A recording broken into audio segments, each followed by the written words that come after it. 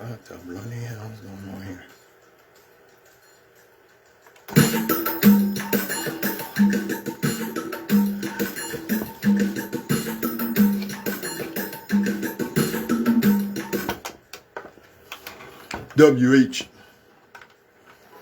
WHGE 95.3 FM, the Open Eye. Shit, something's not right here.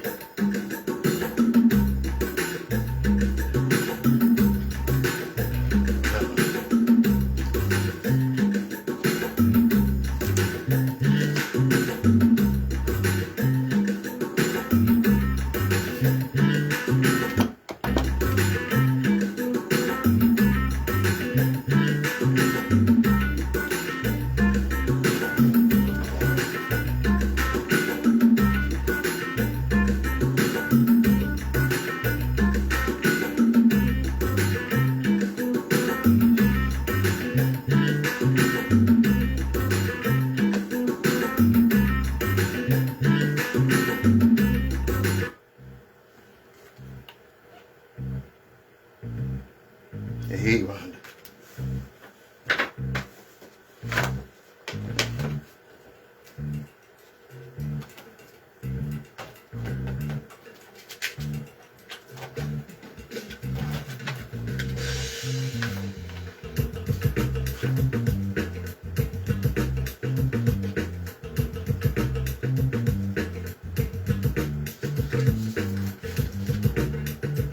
Those of us that indulge in or commit intellectual violence don't do so for the pleasure of mental masturbation or ego diddling. We do so because the chains of oppression on our people's minds are deep and difficult to move.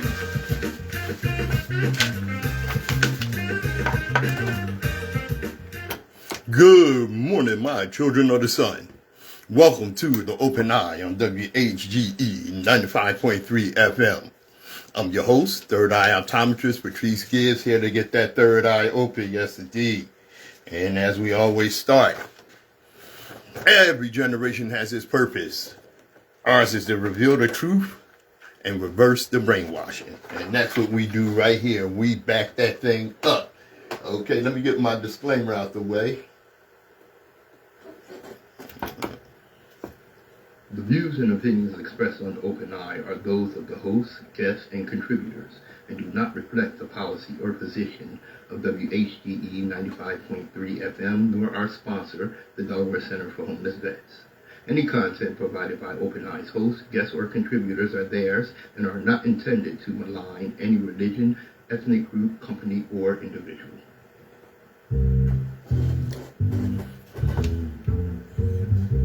All right, let's get them going. Hey, Sherry, I see you there. All right, good morning, Wilmington, East Side, and good morning to every conscious mind tuned in to WHGE 95.3 FM. This is the Open Eye. This is not just a show. This is not just commentary. This is observation with intention, analysis with memory, and truth without anesthesia. Because the Open Eye does one thing that makes people uncomfortable. We connect the dots. We look at power, we look at history, we look at systems, and we ask the questions most media is too timid, too funded, and too compromised to ask. While the headlines move fast, the truth moves deep. While the noise gets louder, the facts get buried.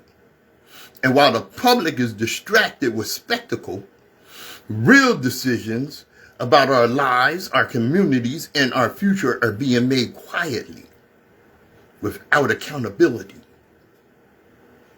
Here on Open Eye, we slow it down. We analyze the pattern, we interrogate the narrative, and we remember that history is not just something that happened. It's something that is still happening. From Wilmington's east side to the global stage, from local policy to institutional power, from historical memory to present day reality. We are going to break it down with clarity, context, and consciousness.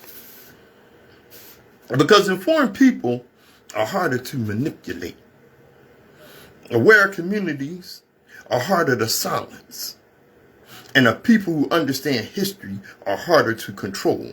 So whether you're listening from Rodney Street, Market Street, the workplace, the classroom, or the kitchen table, lean in, take notes, challenge assumptions, and keep your mind open, because today's discussion is not designed to comfort you.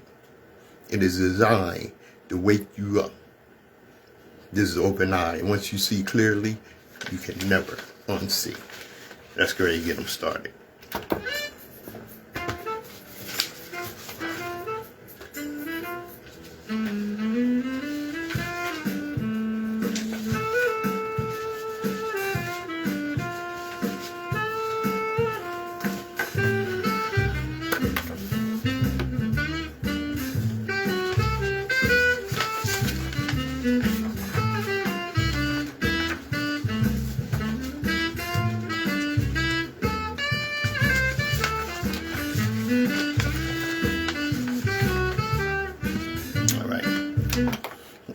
All right. WHGE 95.3 FM. There's something going on with this production board. That's all right. Let's keep on moving.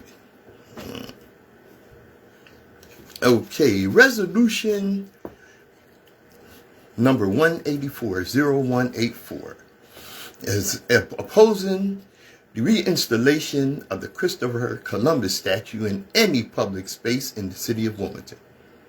It didn't pass. Here's the recorded vote.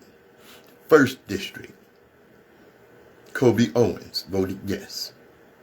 Second District, of course, Shanae Darby voted yes. Third District, Zenithia Oliver voted no. Y'all remember that? Fourth District, Michelle Harley voted present. That's the same as voting no. Foolish stuff. Christian Willehire, no. Yolanda McCoy is absent. Christopher Johnson voted no. Nathan Fields, no, from the 8th District. The at-large council people, Alex Hackett, no. Maria Cabrera is absent. James Spadola, no. Letitia Bracey, no. President Trippy Congo voted yes. 3 members voted in support, 8 voted no. 2 were absent, 1 recorded as present.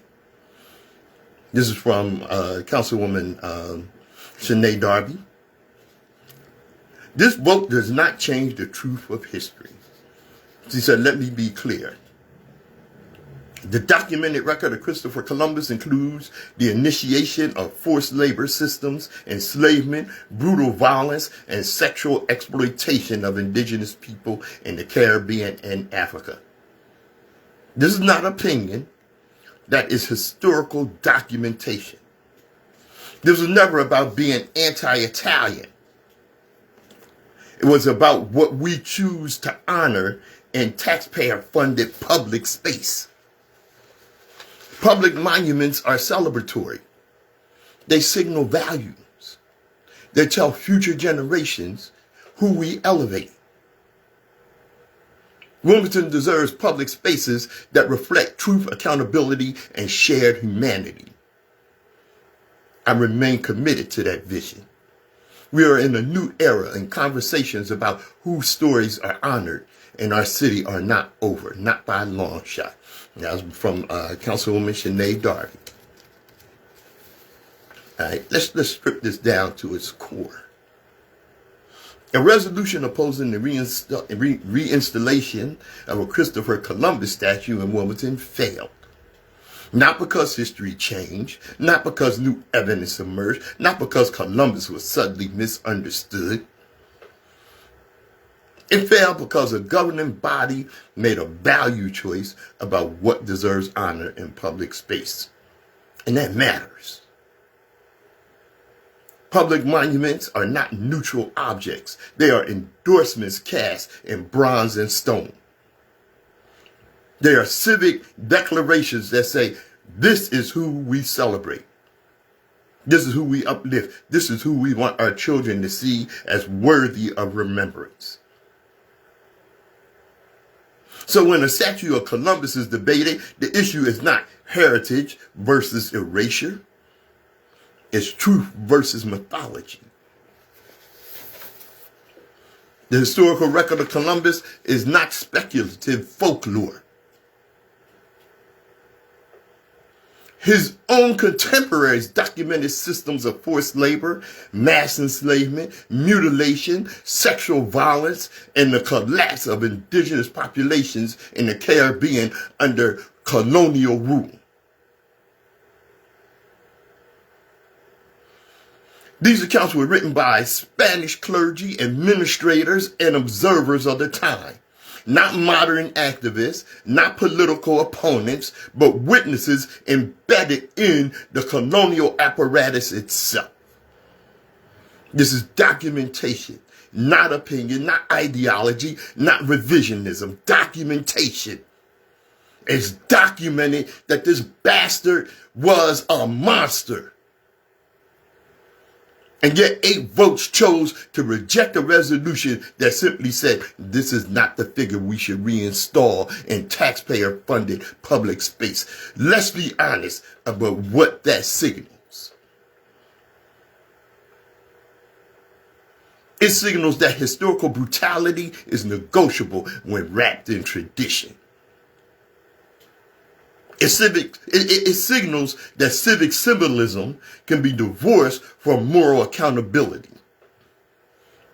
It signals that the comfort of legacy can outweigh the discomfort of truth.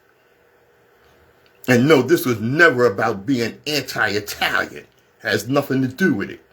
That framing is a deflection that collapses an entire cultural identity into one controversial historical figure, as if Italian heritage cannot be honored without centering a colonizer whose legacy is inseparable from conquest and exploitation.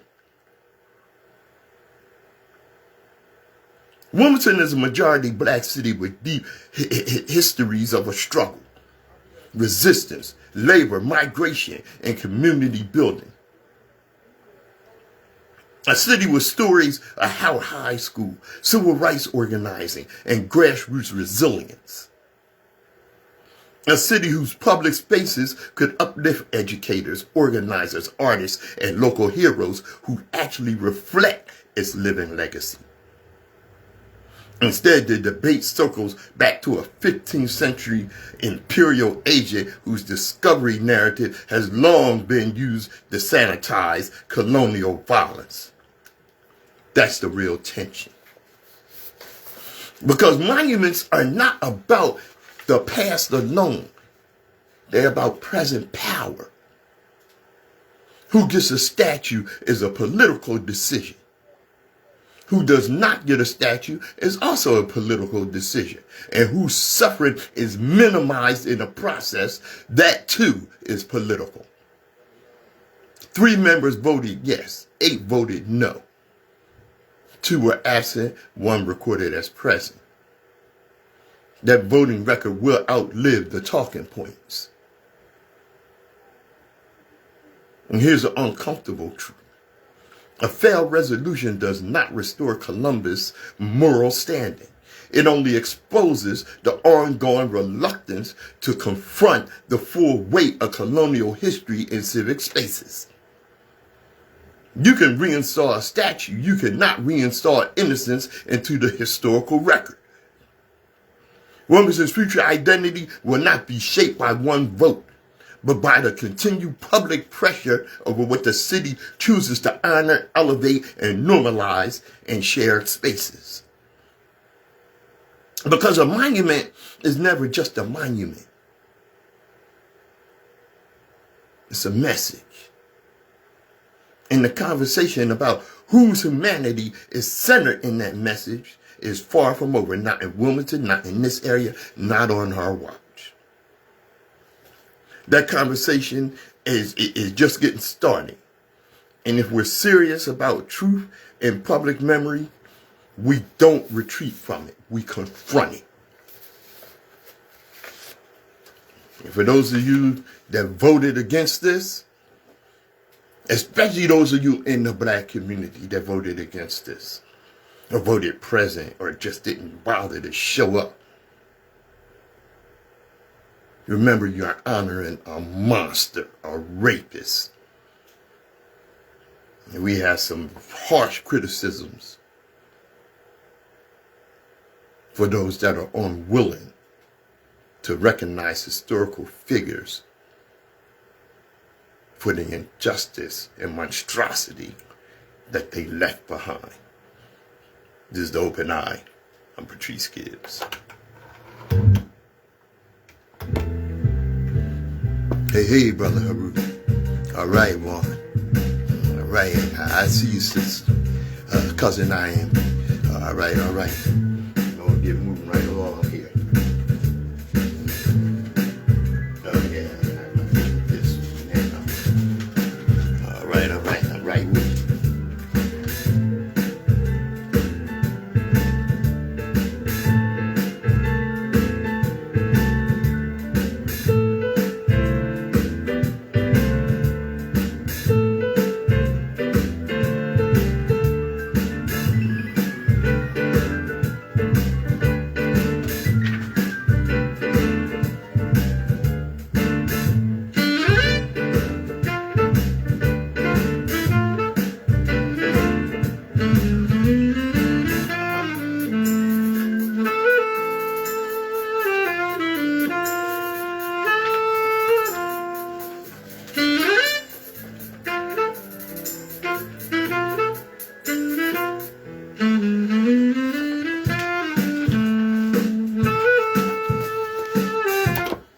WHGE 95.3 FM, The Open Eye.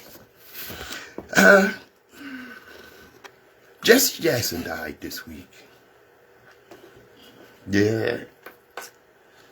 Yes, he was an icon. And,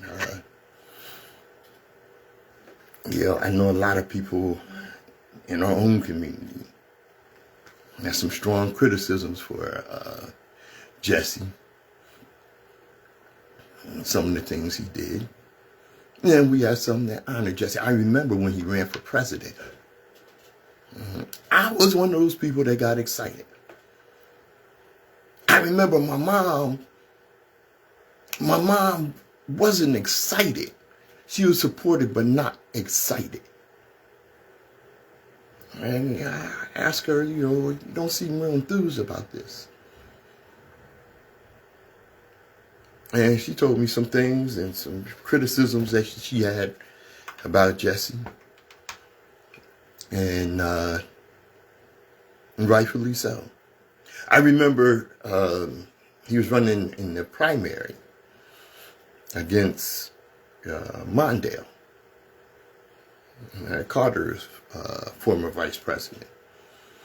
And I remember Coretta Scott King endorsed Mondale. And I thought, wow, Coretta, what kind of mess is that? Well, my mom broke it down and said the reason she did that was because Jesse, when Martin was assassinated, took some of the blood and wiped it on his shirt and flew to Chicago and claimed that he cradled Martin in his arms when Martin was shot, and that wasn't true. So I can understand why Coretta felt the way she did. And I understand why a lot of our community feel the way they did about Jesse. But my thing right now is I know that white supremacists are celebrating the demise of Jesse Jackson. I have some strong criticisms. But let's be honest about what this moment represents. Okay? Because, Jesse, Jesse, like any iconic figure on the American stage, people would see him honored by being placed in the Capitol Rotunda. And the House Speaker said no. So let's be honest what this is about. Because it wasn't a procedural decision.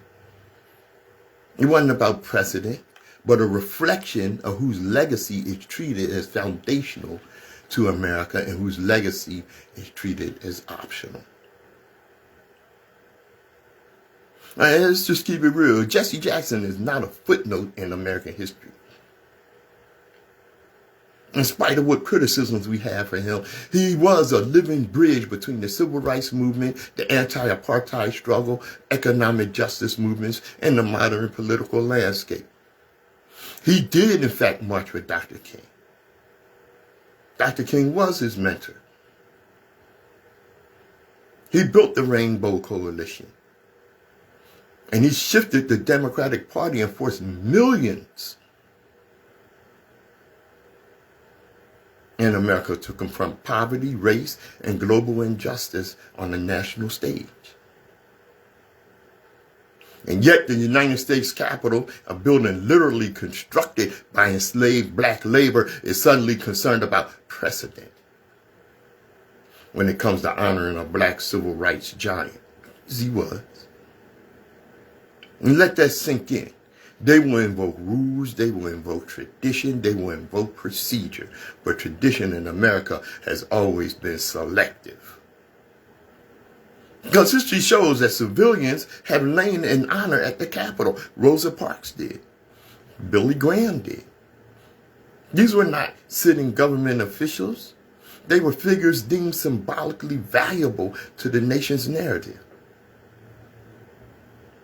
So the real question is not, is there precedent? The real question is, whose legacy is considered sacred enough to represent the nation? And here's where the contradiction becomes impossible to ignore. We are told that denying Jesse Jackson is about consistency. Yet right-wing figures and ideologues are platform elevated and symbolically legitimized in national spaces all the time. Even figures like Charlie Kirk, a man with a documented history of inflammatory rhetoric about black communities, diversity, and civil rights movements, have been welcomed, honored in political arenas, and treated as legitimate voices shaping the future of the country. Now think about that contrast. A civil rights leader who marched, negotiated hostage releases, ran presidential campaigns that expanded black political participation, because that's what his campaign did, and built multiracial coalitions for justice, is denied the symbolic honor of the Capitol Rotunda. But partisan operatives and ideological influence who traffic in racism are granted access, legitimacy, and celebration within the same political ecosystem. That is not neutral precedent. That is value judgment. Jesse Jackson's life work was inconvenient to power. He didn't just preach unity, he demanded economic redistribution, following his mentor's philosophy. He didn't just talk about racism, he confronted institutional racism. Whatever, like I said, whatever criticisms we have on Jesse. He didn't just symbolize progress. He pressured institutions to change. And that makes him fundamentally different from figures who are safe for ceremonial reverence. Let's also remember, Rosa Parks lying in honor was not just about her as an individual. It was an acknowledgement that the civil rights movement is central to the moral story America tells about itself. So what does it say when one of the last towering architects of that movement is denied the same national space of mourning? It signals the continued discomfort with the full legacy of black political power. Because honoring Jesse Jackson in the Capitol Rotunda would not just be honoring a man. It would be honoring a protest, coalition building, economic justice advocacy. excuse me, black political independence and a legacy that challenged both parties when they failed to marginalize people. Instead, we get bureaucratic language about precedent, as if history has ever been applied evenly in this country. The Capitol can host statues of enslavers. It can host ceremonies for figures whose legacy are deeply contested. But when it comes to a black civil rights icon who reshaped American political consciousness, suddenly the bar becomes procedural purity. Can you spell bullshit? That's not accidental, that is political symbolism. And symbolism matters. Because who lies in honor at the Capitol is not just about death rituals. It's about who the nation decides embodies its moral legacy. Denying that honor to Jesse Jackson while elevating divisive political figures and racist bastards in public life sends a clear message about which voices are normalized and which legacies are quietly sidelined. Not erased, not contained, managed. Repositioned away from the center of national identity. And that is the deeper story here. America will praise black leaders in speeches, quote them in textbooks, invoke them during anniversaries. But when it comes time to place their legacy at the literal center of national power under the Capitol dome, suddenly the rules become rigid, narrow, and non-political. That contradiction speaks louder than any official statement ever could. This is The Open Eye. I'm Patrice Gibbs.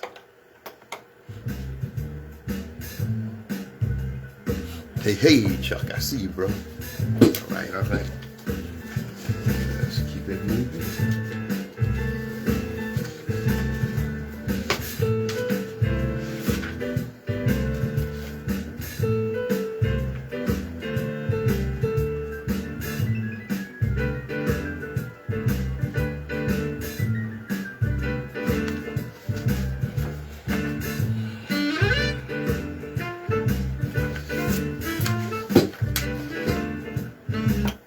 WHGE 95.3 FM, The Open Eye.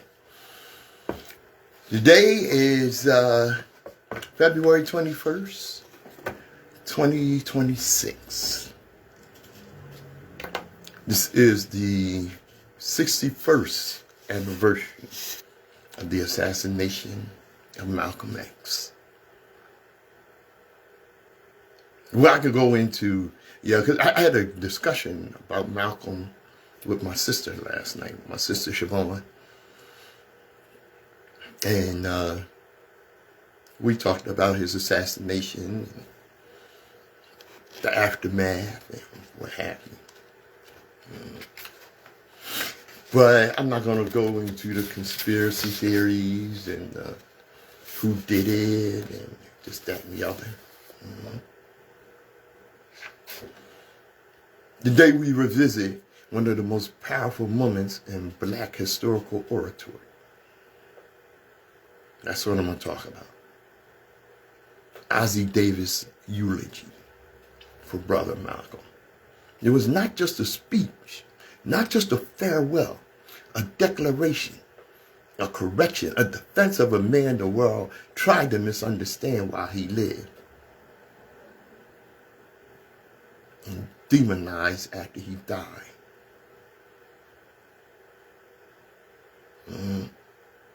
Davis did not stand in Harlem that day to simply mourn. He stood to reclaim Malcolm. Because even in death, the narrative war had already begun. The newspapers called Malcolm dangerous. They called him extremist. They called him divisive. But Ossie Davis stood before Harlem and said something revolutionary.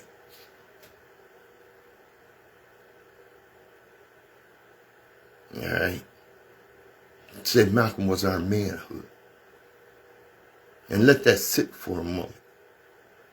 In 1965, manhood, black manhood in America was criminalized, mocked, surveilled, psychologically attacked. And here comes Malcolm X. Disciplined, articulate, fearless, intellectually sharp, and unapologetically devoted to the dignity of black people worldwide. That was not just leadership, that was restoration. And Ossie Davis knew exactly what he was doing with his words. Malcolm understood the psychological power of language. He knew that identity shapes consciousness, and consciousness shapes action. He was not shrinking into a smaller definition. He was expanding into a global one. Africa, humanity, liberation. And Ossie Davis, he did something masterful. He anticipated the critics. He said there will be those who call Malcolm a demon, a monster, a fanatic, a man of hate. Sound familiar? Because every truth teller who challenges power gets the same treatment. First they are misrepresented, then isolated, then neutralized, then years later rewritten. But Davis flipped the narrative. Yeah. Most people who condemn Malcolm never studied Malcolm. They reacted to the image, not the intellect, the soundbite, not the substance, the myth, not the man.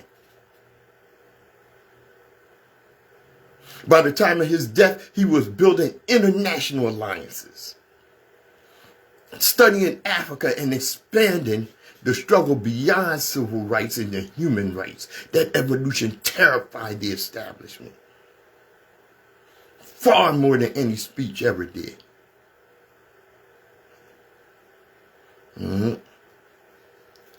Ossie Davis' eulogy, it wasn't just poetry. It was revolutionary philosophy. And Davis closed by calling Malcolm our own black prince. Not perfect, not sanitized, not domesticated for public comfort, but courageous, transformative, and necessary. For us today, especially in our communities, from Wilmington to Harlem and beyond, this eulogy is a lesson in narrative protection. If we do not define our heroes, the system will define them or redefine them for us. If we don't study their evolution, they will be frozen in the most convenient version of their story.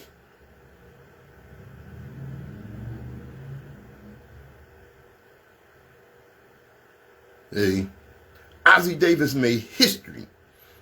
He made sure history would remember the Malcolm he knew. And Malcolm wasn't buried in Harlem, he was planted. And every time a generation studies truth, questions power, and stands with dignity, that seed rises again.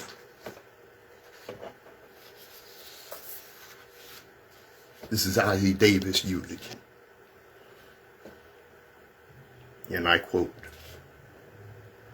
"Here at this final hour, in this quiet place, Harlem has come to bid farewell to one of its brightest hopes, extinguished now and gone from us forever. For Harlem is where he worked and where he struggled and fought, his home of homes, where his heart was and where his people are.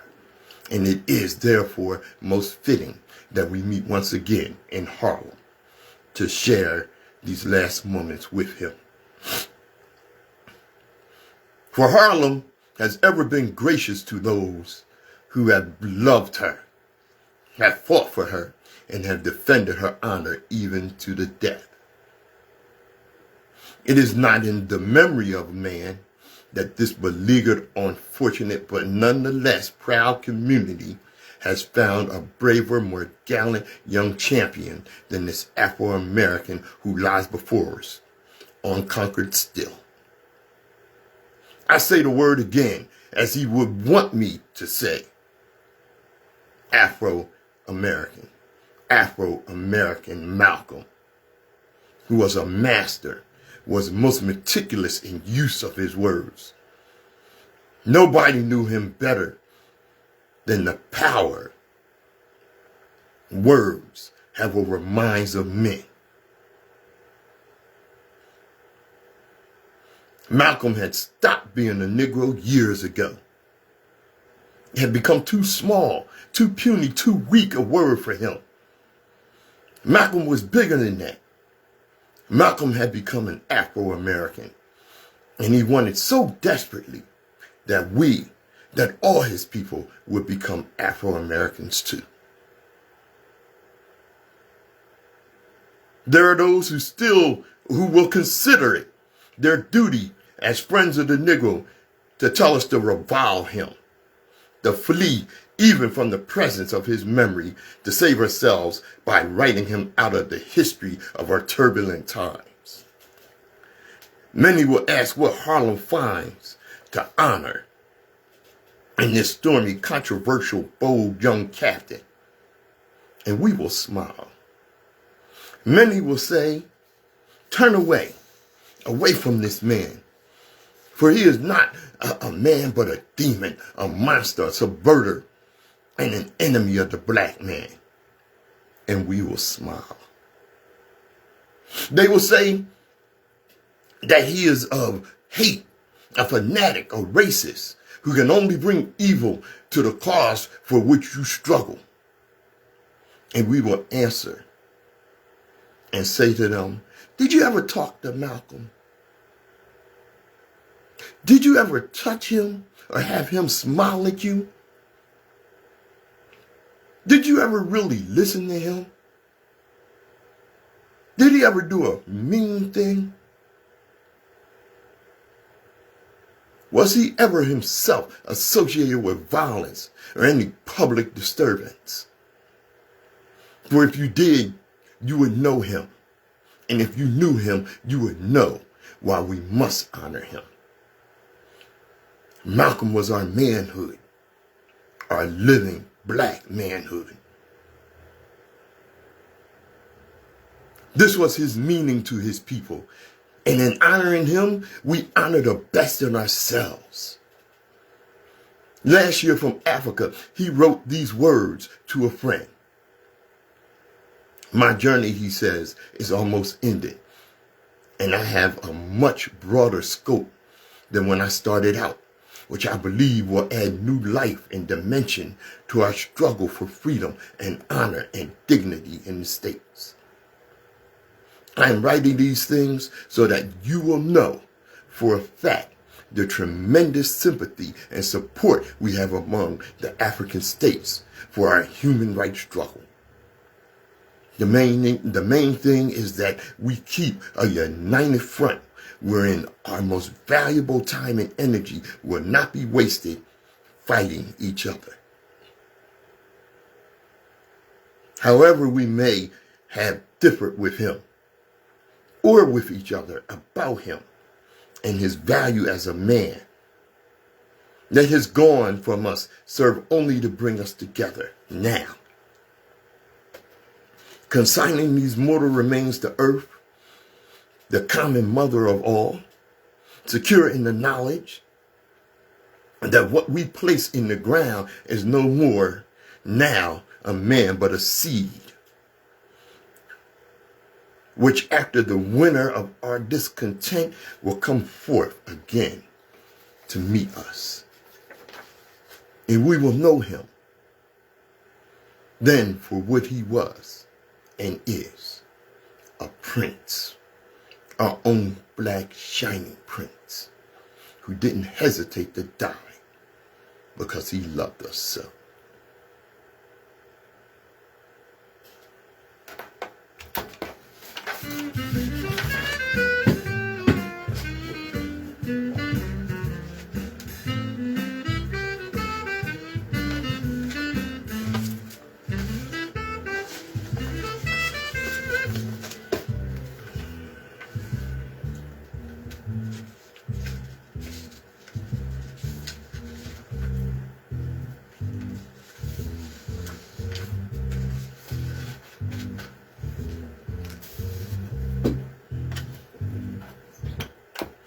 WHGE 95.3 FM. This is The Open Eye.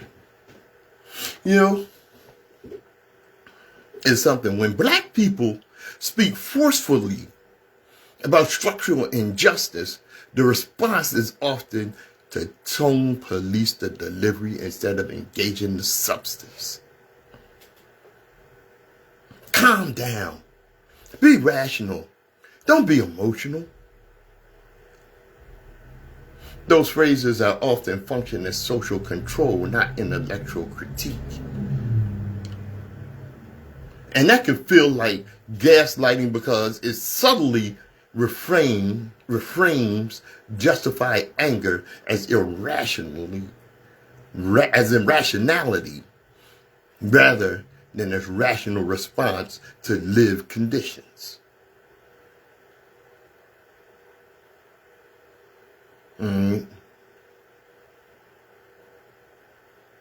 Passion and strategy are not opposites.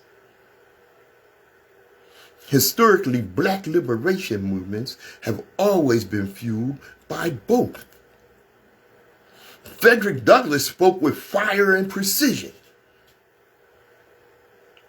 Fannie Lou Hamer spoke with moral rage and political clarity.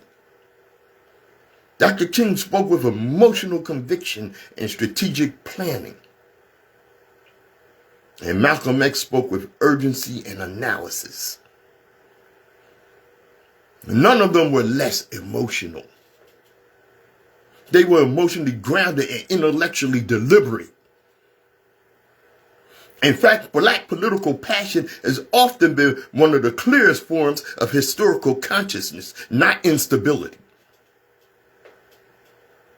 Anger in the face of oppression is not irrational.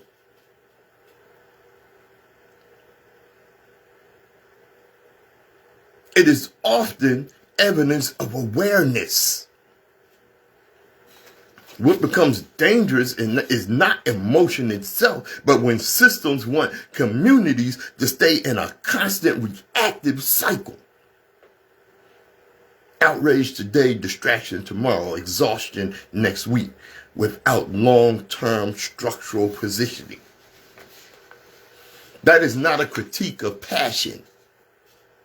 That is a critique of how oppressive systems exploit emotional fatigue. Also, there is a racial double standard. White anger is framed as righteous or patriotic. Black anger is framed as emotional or threatening. Black passion is reframed as instability. Black urgency is reframed as overreaction. That framing is deeply embedded in American discourse. So when we say the phrase, not just emotion, it can sound like coded dismissal. You're pointing to a real linguistic history.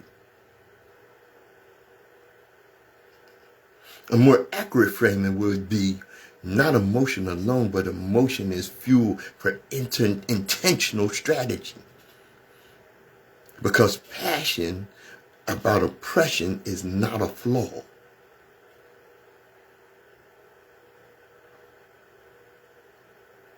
It is proportionate response to a disproportionate condition.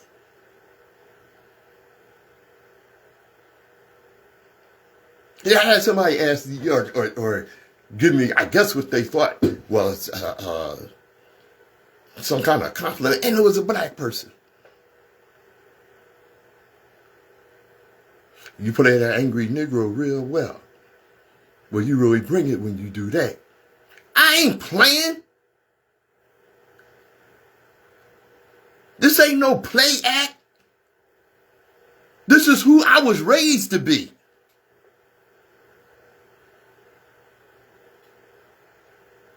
And many of our transformative black thinkers were intensely passionate precisely because they understood the stakes. Detached neutrality in the face of injustice is not objectivity, it's complicity.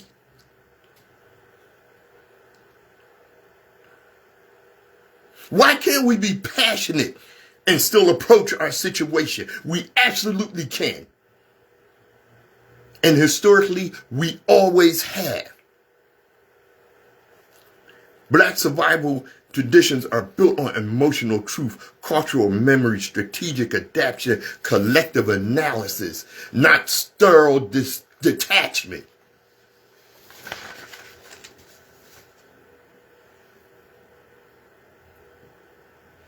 So to be precise,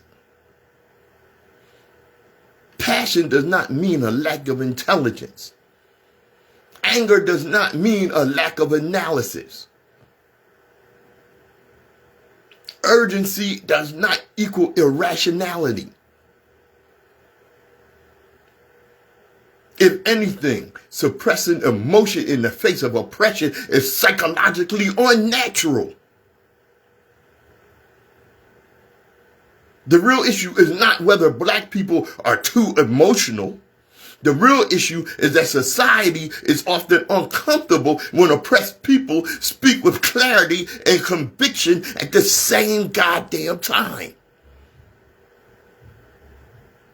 And that discomfort gets reframed as a critique of tone instead of a confrontation with reality.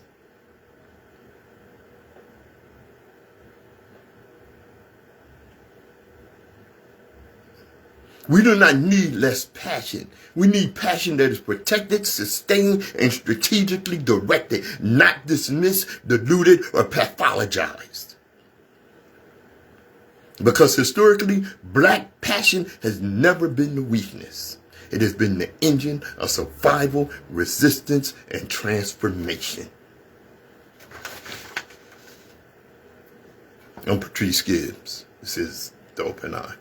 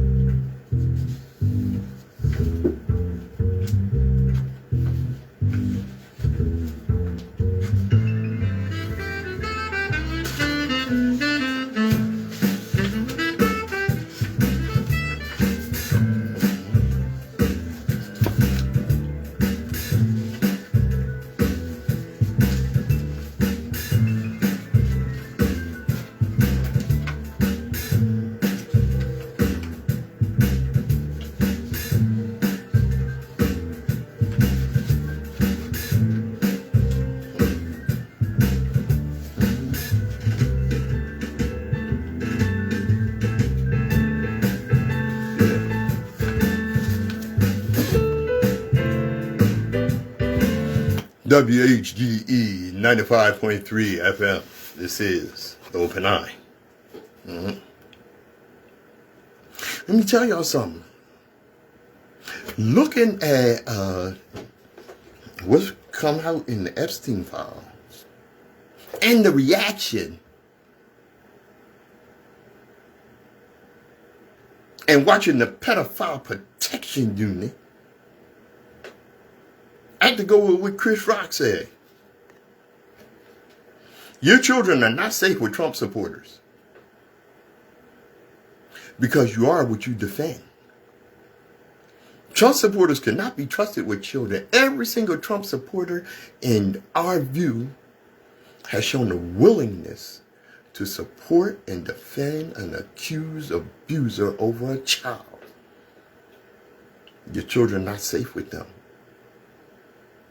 And don't insult me with the comments.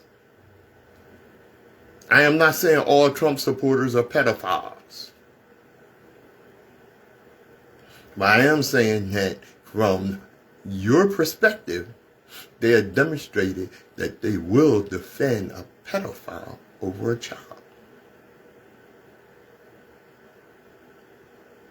Mm-hmm. They've shown you that.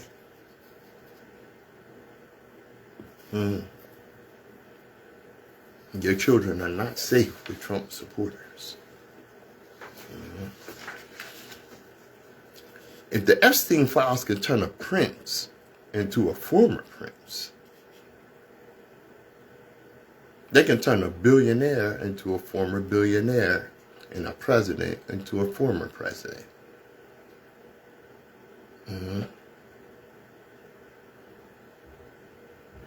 Because the unspoken question is the system built to deliver justice or to preserve itself? Because, was it Pam Bondi said, if we release and prosecute all these people, it'll bring down the system as we know it. Bring it down. Bring it down. They eating children, man. Or they ate them.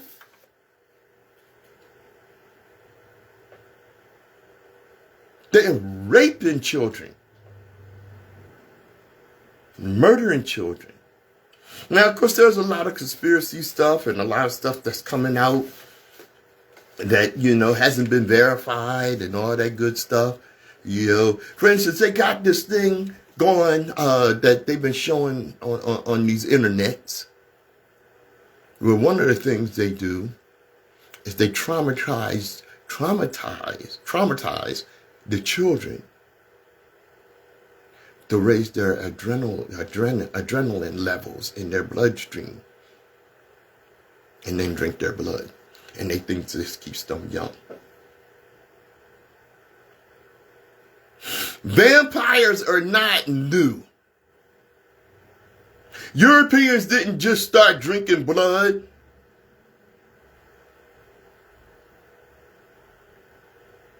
Dracula wasn't just a fantasy. These cannibals been eating people. That's documented. That's not a conspiracy theory. They didn't do it just during slavery. They did it when they came to these lands. One of the reasons we cannot have Columbus a statue anywhere in our community.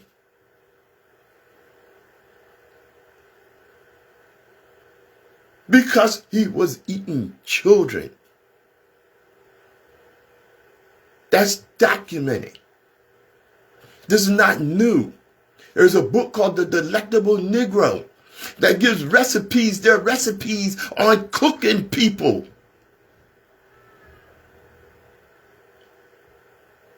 It's not new. And like I keep telling you, I ain't forgot that Trump was standing there, according to an eyewitness, when her child was thrown in the lake by her uncle, the child that Trump fathered. He was there to make sure that child was dead.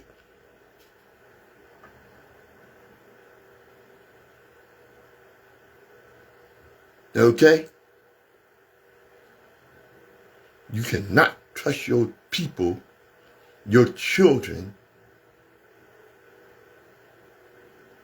your young people, your daughters, your sons, anybody that has any semblance of weakness. You cannot trust them before the Pedophile Protection Unit. This is the Open Eye. I'm Patrice Gibbs.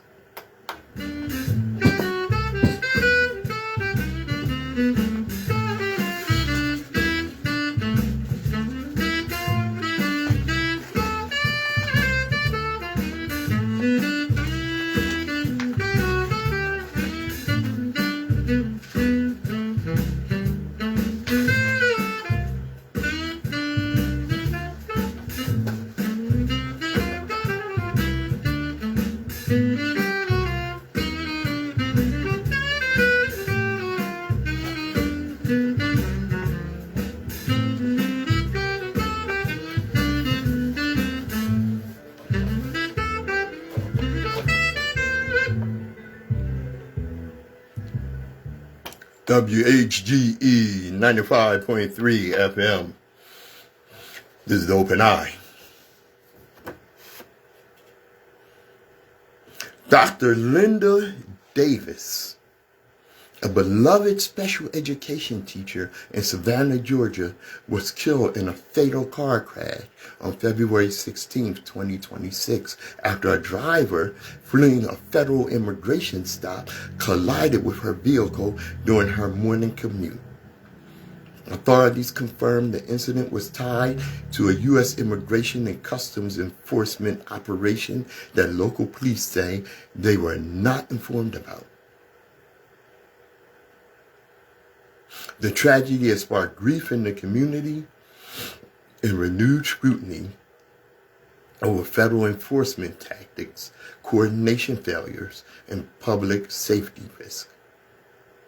Despite the seriousness of the incident, the death of an educator during a federal enforcement action, national media attention has been relatively limited compared to the scale of public debate surrounding immigration enforcement overall.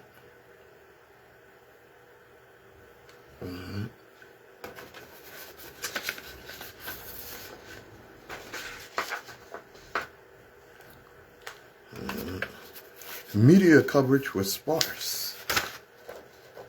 There's been reporting from the Associated Press and the local Georgia outlets, regional television stations, some national interest publications.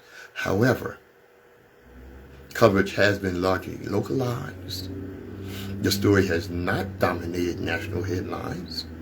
Framing was focused more on immigration enforcement and the fleeing driver than on the victim's identity and community impact.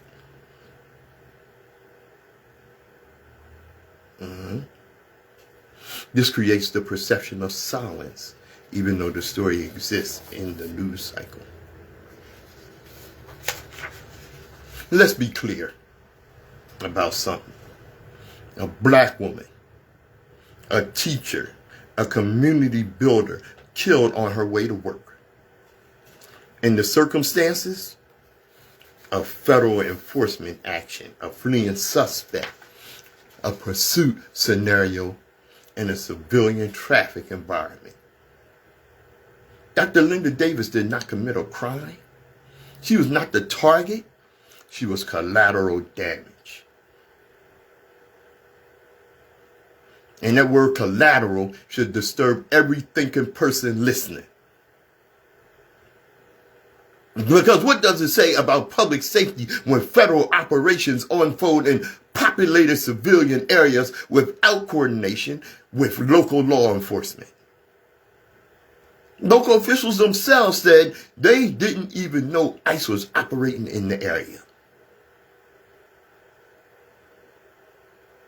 They have a no-chase standard for a reason.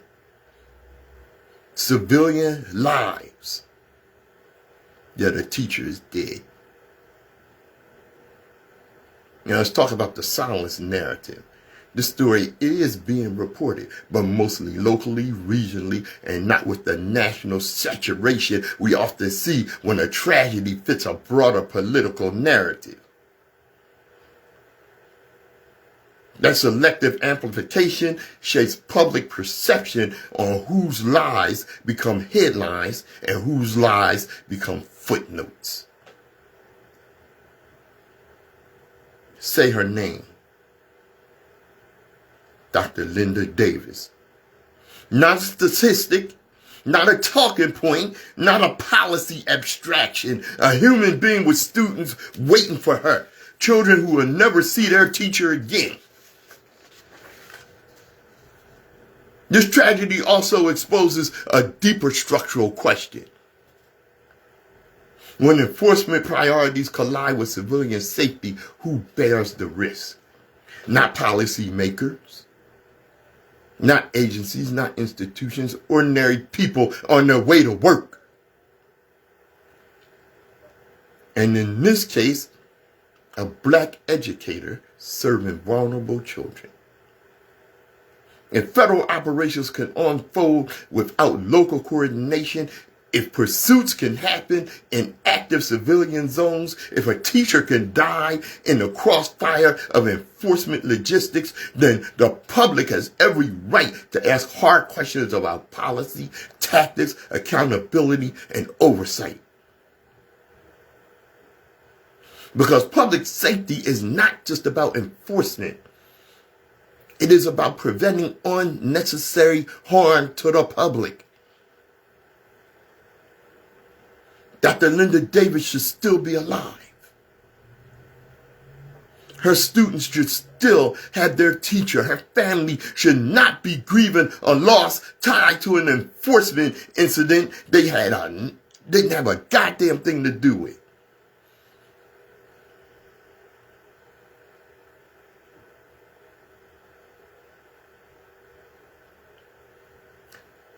Dr. Davis, your life mattered far beyond the moment that took you. And we will say your name, Dr. Linda Davis.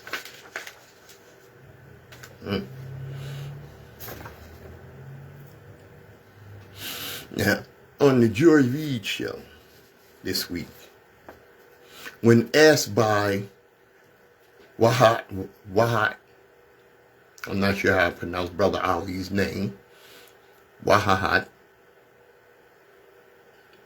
asked the question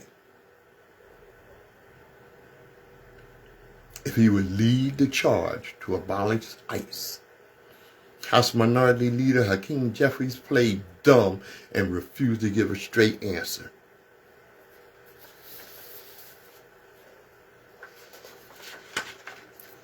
Wahat Ali asked, or he said, this was how he framed his question, is that I'm going to give you some numbers. I'm talking Hakeem Jeffries. Just today it came out that ICE is using $38 billion to convert warehouses into camps. I'm going to call them concentration camps. Your colleague, Representative Raskin, went to one just yesterday in Maryland and said there were 60 people crammed like sardines in one room who only had access to one toilet. 65% of people taken by ICE had no convictions. That's from the Cato Institute, a right-wing institute. ICE has killed 8 people this year alone that we know of. 2 of them, Renee Nicole Good and Alex Preddy.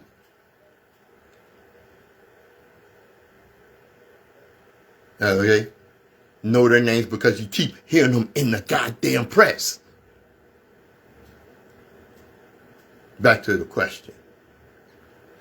People are asking themselves, why are our taxpayers paying for mass lawless men to terrorize their communities, kidnap people, take children, and kill Americans? So I ask you, I'm following up because I want an answer. You said you want to rein in ICE. I'm talking about the long term now. Why not lead and say abolish ICE? Because what you're telling us is that you want our taxpayer dollars to pay for a lawless, mass-armed agency to continue terrorizing our cities. And I'm trying to figure out how you, as a leader, can be telling Americans that their taxpayer dollars should be going to ICE. I don't understand.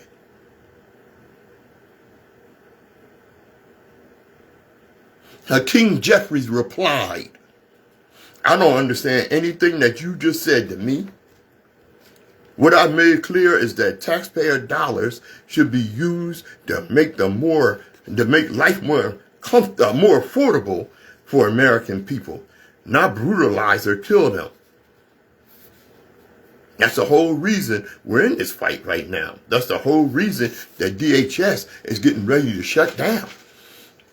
That's why you called me to join Abolish ICE. Listen, I'm going to use the language that I want to use. And you can use the language that you want to use. What kind of crap is that? That wasn't confusion. This was not message discipline. This was political self-preservation in real time. When a leader is asked a direct question about state power, detention conditions, and the use of taxpayer money, and the response is, I don't understand anything you just said, that is not intellectual difficulty.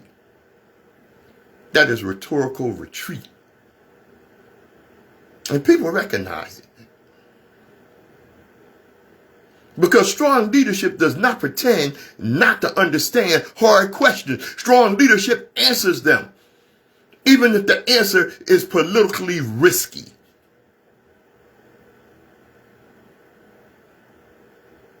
Some people are like, he's being strategic. That wasn't strategic brilliance. It was risk avoidance. Let's be real about how power operates in D.C. Positions, committee influence, donor networks, and party hierarchy are all tied to how safe a leader appears to institutional power structures. The more controversial the stance, the higher the political cost. So instead of clarity, you get carefully engineered vagueness. The public is not stupid. They can hear when somebody is dodging, saying, I'm going to use the language I want to use. That's not leadership language, that's controlled language. It signals I will not engage the substance if the framing threatens my political position.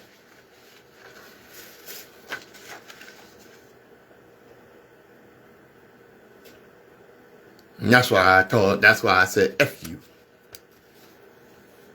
And that's why I call him a coward.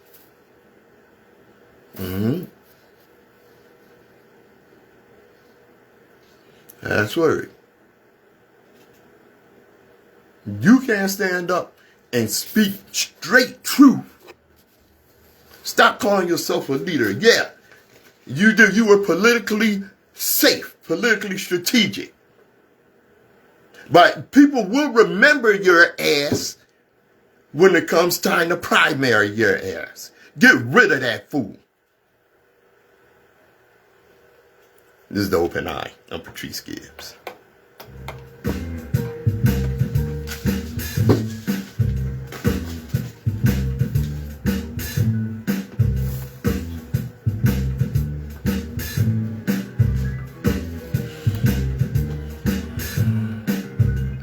WHGE 95.3 FM.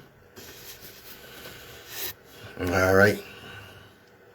Today we didn't just talk. We examine, we question, we contextualize. Because surface level conversation creates shallow understanding. And shallow understanding is exactly what the system of power depends on. Remember, narratives are manufactured. Silence is strategic, and distraction is often deliberate. But awareness is liberation.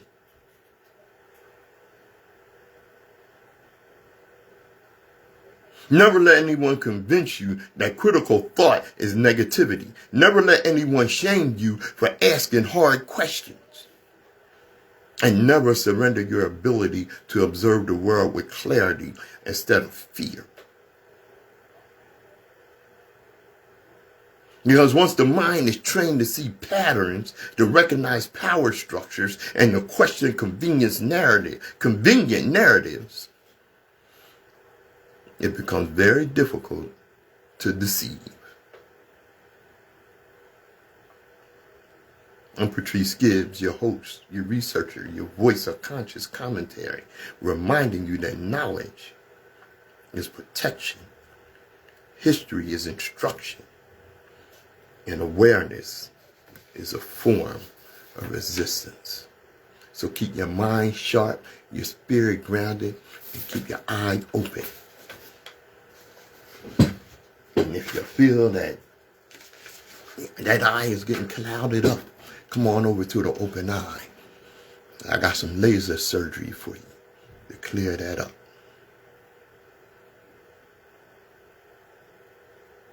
I hope you learned something this week, because I learned something before I got here. And as we always tell you, destiny determines who enters your life, but you decide who stays. Therefore, value those who value you, and don't treat those as a priority who treat you as an option. This has been The Open Eye. I'm Patrice Gibbs. Thanks for joining me. All right. As we always tell you, before I get out of here, global African supremacy. Pay attention. There's levels to this thing. The world was a much better place when the African ruled. I'm Patrice Gibbs. Peace.